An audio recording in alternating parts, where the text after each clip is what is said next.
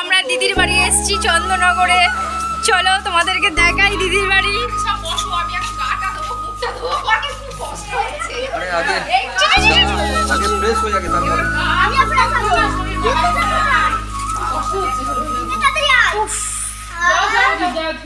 Finally আজকে বহুত কষ্ট করে এসেছি এখানেতে, বাস ট্রেন এই করে করে আসতে হয়েছে আমাদেরকে, খুব কষ্ট হয়েছে। ওকে টাটা, পরে কথা হবে, টাটা টাটা টাটা। তারপর বন্ধুরা এই যে সন্ধ্যাবেলা কেকটা কাটার আগে তখন আমি একটুখানি ভাবলাম একটু কিছু খাওয়া দাওয়া করি, খিদেও পেয়েছিল, তা সেই কারণে একটু আম কেটে নিয়ে চলে এলাম, আমটা খাচ্ছিলাম। দিয়ে এই যে খেয়ে টেয়ে তারপরে রেডি হব, কিন্তু তার আগে ভাবলাম থাক পরেই হবে, একটু ছাদ থেকে ঘুরে আসি।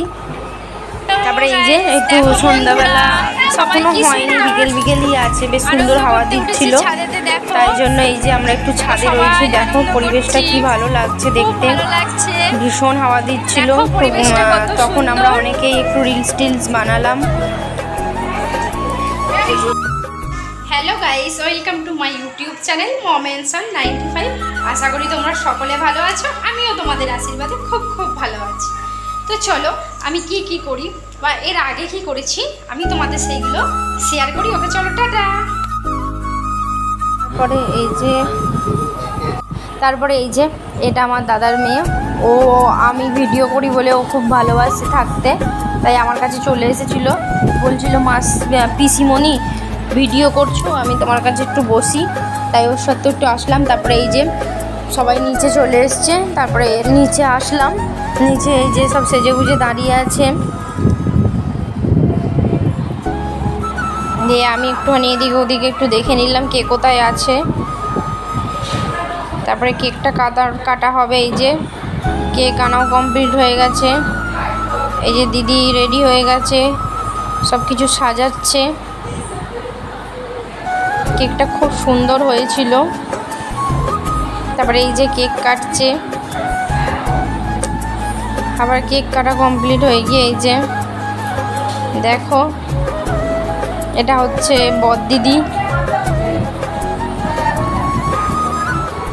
তারপরে এই যে কোণে বসে আছে শাড়ি পরে, ওটা আমার মেজদি।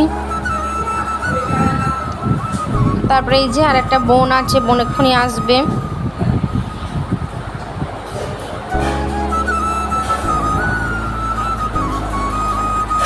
তারপরে এই যে দাদা আছে, দাদার কাছে একটুখানি ঘুরে আসলাম। সবাই মিলে এই যে ঘরেতে সবাই বসে আছে, গল্প করছে।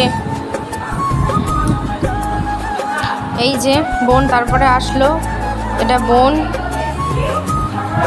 আর সত্যি কথা বলতে অনেক দিন পর সবার সাথে দেখা হলে ভীষণই আনন্দ লাগে, মজাও লাগে। তা আমরা অনেক দিন পর দেখা হয়েছি, আর বোনদের কাছে একটু দেরি হলেই মনে হয় যেন অনেক দিন পর। তারপরে রাতের বেলা এই যে সবাই খেতে বসেছি, বিরিয়ানি খাওয়া দাওয়া হচ্ছে।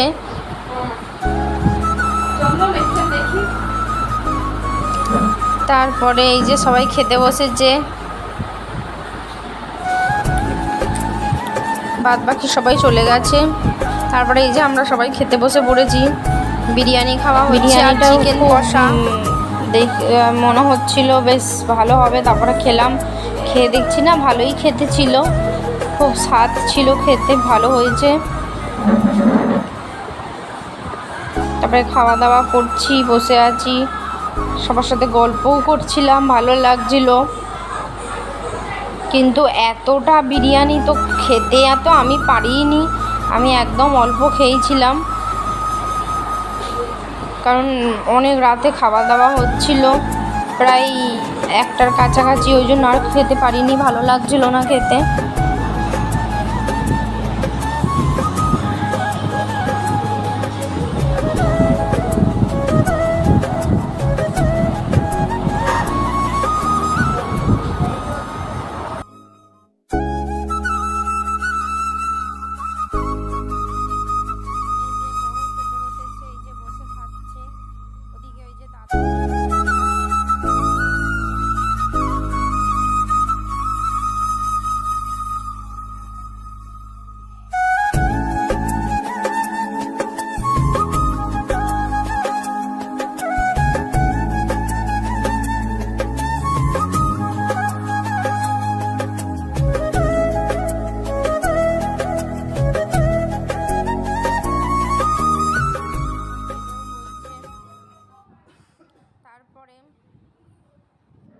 আমার ভিডিও যদি আপনাদের ভালো লেগে থাকে তবে অবশ্যই একটা like and share subscribe please করবেন।